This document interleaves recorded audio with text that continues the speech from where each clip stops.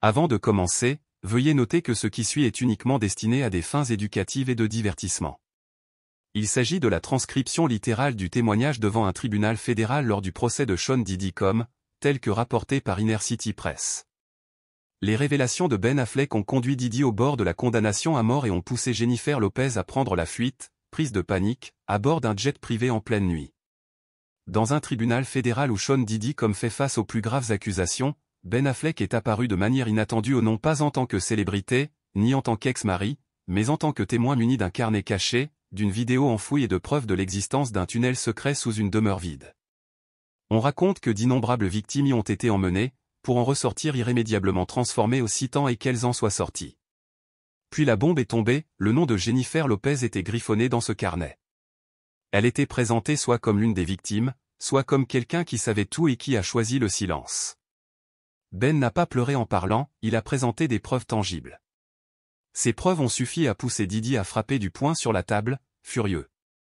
Pendant ce temps, Jennifer Lopez restait silencieuse, la tête baissée. Pourquoi Ben risquerait-il tout en se manifestant, sachant la ruine que cela pourrait lui causer? Quel secret se cache derrière des contrats musicaux, des fêtes à plusieurs millions de dollars et une histoire d'amour apparemment parfaite? Il s'agit de plus qu'un procès, c'est un affrontement entre la lumière et l'ombre, opposant un homme suffisamment courageux pour révéler la vérité à ceux qui croient que le pouvoir peut acheter le silence éternel. Je me tiens devant le tribunal fédéral de Manhattan, où vient de se dérouler l'un des procès les plus bouleversants de l'histoire du divertissement.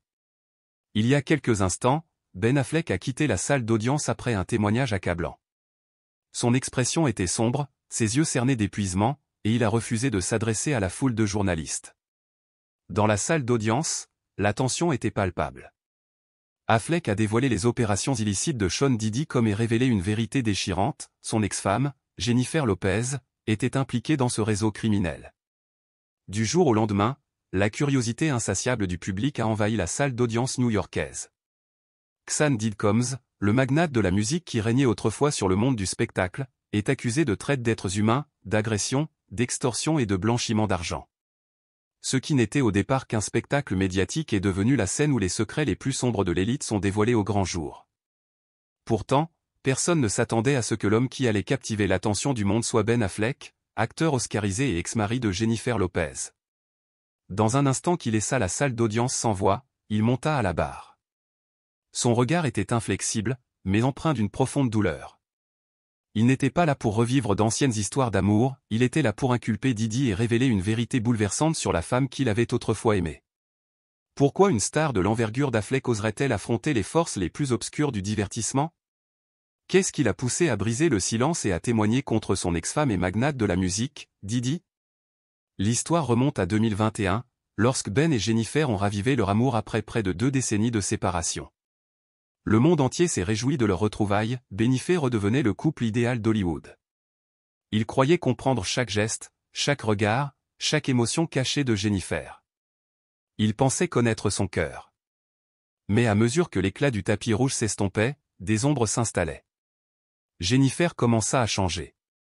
Elle disparut dans la nuit. Son téléphone vibrait au petit matin, son écran illuminant son visage un instant avant qu'elle ne l'éteigne, comme si elle gardait un terrible secret. Quand Ben l'interrogeait sur son passé avec Diddy, son regard se durcissait. Juste le passé, murmurait-elle, la voix tremblante comme si elle cachait une vérité terrifiante. Une nuit, alors que Jennifer dormait, Ben reçut un courriel anonyme. Le message était concis, mais il le blessa plus profondément que n'importe quelle lame, elle n'est jamais partie. As-tu vérifié son téléphone? Le cœur battant comme un tambour, Ben saisit le téléphone de Jennifer et le déverrouilla. Un message d'un numéro inconnu lui répondit, 2 des miens, comme d'habitude. Que Affleck ne le découvre pas, la rage le submergea. Il composa le numéro. Une voix douce et glaciale répondit, c'était Diddy. Qu'est-ce que tu déterres, Ben? Fais attention, ou tu vas attirer les ennuis, avertit la voix avant que l'appel ne se termine par un déclic aussi menaçant qu'une guillotine. À partir de ce moment, Ben remarqua la moindre bizarrerie. La nuit, il entendait les pas hésitants de Jennifer dans le salon, comme si elle vérifiait des lames de parquet cachées. Un jour, il perçut un léger clic sous le plancher, mais lorsqu'il la confronta, elle rit et détourna la conversation. La terreur s'enroulait dans son esprit, mais il s'accrochait à l'espoir que Jennifer n'était pas la femme qu'il commençait à craindre.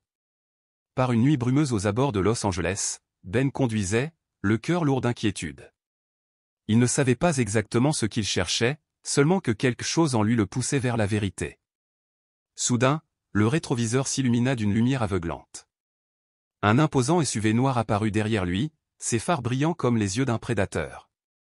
Avant qu'il puisse réagir, le SUV percuta sa voiture. Un crissement de métal tordu déchira la nuit, et le verre explosa en milliers d'éclats scintillants. Son véhicule partit en vrille, percutant la tonnelle tandis que de la fumée s'échappait du capot froissé. Du sang coulait d'une entaille sur son front tandis que ses mains serraient le volant, son cœur battant la chamade. À travers le brouillard de fumée, Ben regarda le SUV s'immobiliser. Ses vitres teintées brillaient comme un sourire sinistre. Une silhouette sombre le fixait, comme pour marquer son âme d'un avertissement silencieux, avant de retomber dans l'obscurité. La police a parlé d'un accident accidentel, mais Ben savait qu'il n'y avait rien de mal. Il a repassé les images de sa caméra embarquée, a localisé la plaque d'immatriculation du SUV et a découvert qu'il était enregistré auprès d'une société écran. Une source anonyme avait lié cette société à Didi. La menace que Didi lui avait murmurée résonnait encore dans son esprit, « Tu vas attirer les ennuis chez toi ». Quelques jours plus tard, les parents de Ben rentrèrent de leur course et trouvèrent leur maison de Boston en ruine. Des meubles gisaient en éclats, des éclats de verre recouvraient le sol, et sur le mur du salon, griffonné de peinture rouge dégoulinante, un seul message, « Tais-toi ou ta famille est finie ». Au milieu des décombres de son enfance, Ben serrait une photo de famille déchirée, la trahison lui faisant un mal de chien. Il se souvenait de la nuit où Jennifer avait débarqué dans sa chambre, ivre, en marmonnant, Didi a un carnet, elle écrit tout. Ces mots lui semblaient désormais une malédiction, l'entraînant dans un jeu auquel il ne pouvait échapper. Déterminé à trouver des réponses, Ben se mit à filer Jennifer chaque nuit tandis qu'elle quittait leur maison pour se diriger vers la zone industrielle abandonnée à la périphérie de la ville. Un soir de pleine lune, il la suivit. Elle disparut dans un entrepôt délabré, où elle échangea quelques mots à voix basse avec un homme grand et imposant dont la voix grave et glaciale fit frissonner Ben. C'était Didi. Ben se colla contre une caisse en bois, le souffle coupé, tandis que le regard perçant de Didi balayait les ombres, comme s'il sentait un intrus. Ben recula silencieusement, mais quelque chose en lui s'enflamma. Il refusa de rester dans le noir. De retour chez lui, il fouilla chaque recoin comme s'il était un cambrioleur. Après une veille sans sommeil, il découvrit une planche de parquet mal fixée dans le salon. En la soulevant, il découvrit un tunnel caché, dont l'air vicié montait comme l'exhalaison d'un secret enfoui. Muni seulement d'une lampe torche vacillante, Ben descendit. Le faisceau révéla des murs de béton glacé qui évoquaient l'intérieur d'un tombeau. Le tunnel menait à une chambre secrète hérissée de caméras et de lumière, dominée par un lourd coffre-fort qui semblait supporter le poids des péchés du monde. D'une main tremblante, il força la serrure et déterra le carnet dont Jennifer avait parlé. À l'intérieur se trouvait plus qu'une simple liste, chaque page était un journal méticuleusement détaillé des tristement célèbres soirées free-off de Didi, relatant dépravation, abus et violence. Des célébrités de premier plan étaient nommées, des dons à des fonctionnaires corrompus étaient documentés, de fausses organisations caritatives étaient démasquées comme des façades pour le trafic d'êtres humains, et des programmes de blanchiment d'argent via des sociétés écrans étaient dévoilés. Cette précision le glaçait au plus profond de lui-même. Plus terrifiant encore, certaines inscriptions portaient l'écriture de Jennifer, « Assurez-vous que tout le monde soit silencieux, remettez le colis au fond ». Quel était ce colis? Ben n'osait pas l'imaginer.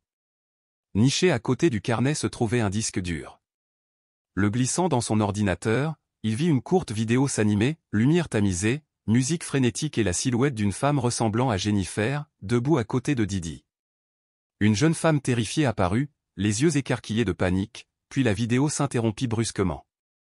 Figé d'horreur, Ben réalisa que la femme qu'il aimait était complice de crimes inimaginables.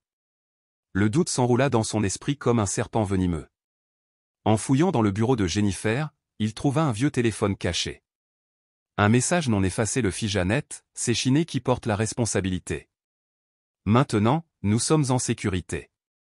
Le souvenir de la fusillade de 1999 dans une boîte de nuit lui revint en mémoire, celle qui avait envoyé le rappeur Shyne en prison pendant 10 ans.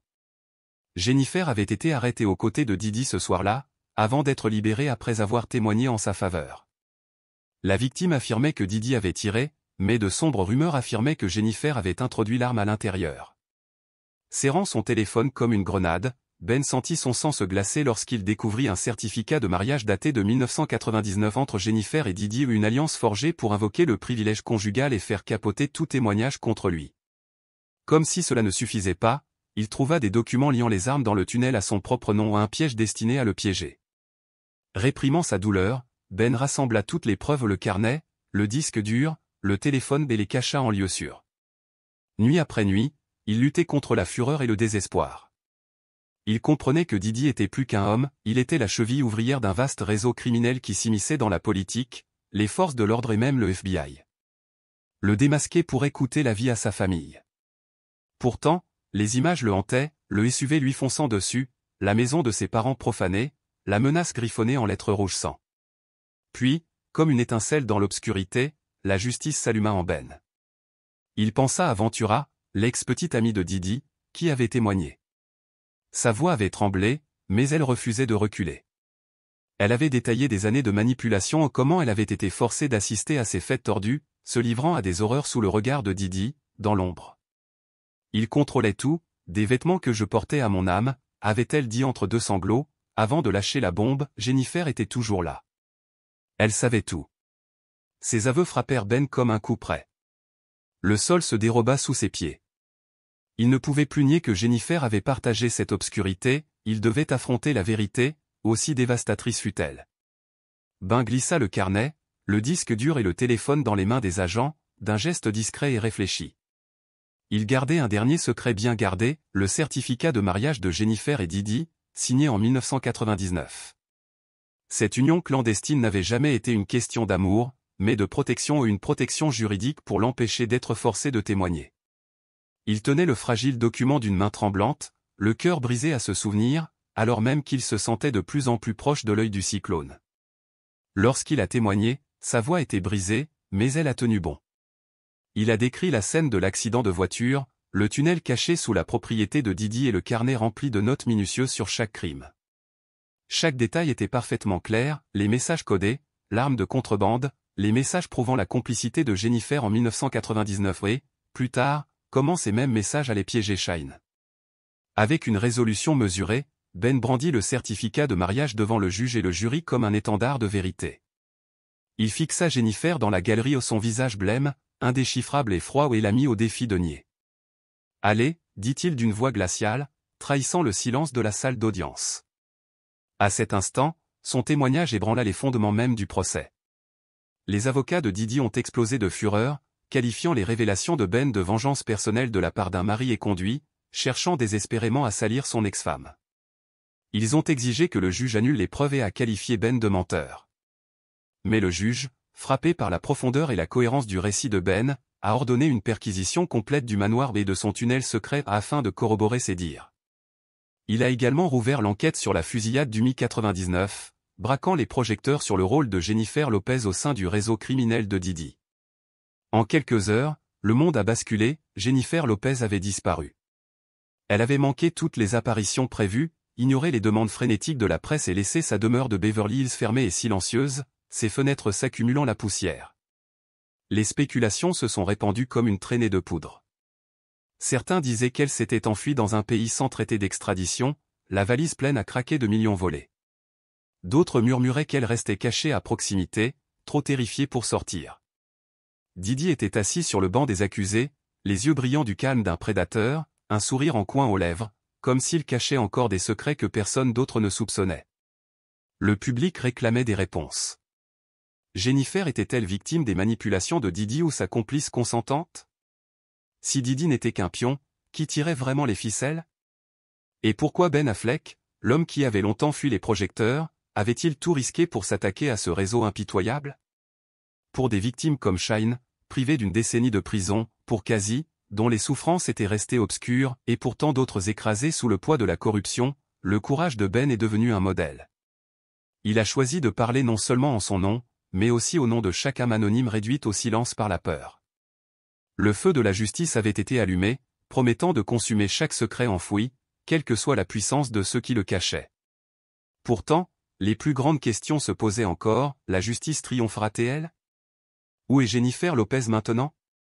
Combien d'autres horreurs se cachent encore au sein de l'empire de Didi? Ben survivra-t-il aux menaces imminentes et deviendra-t-il le héros qui brisera le règne du silence?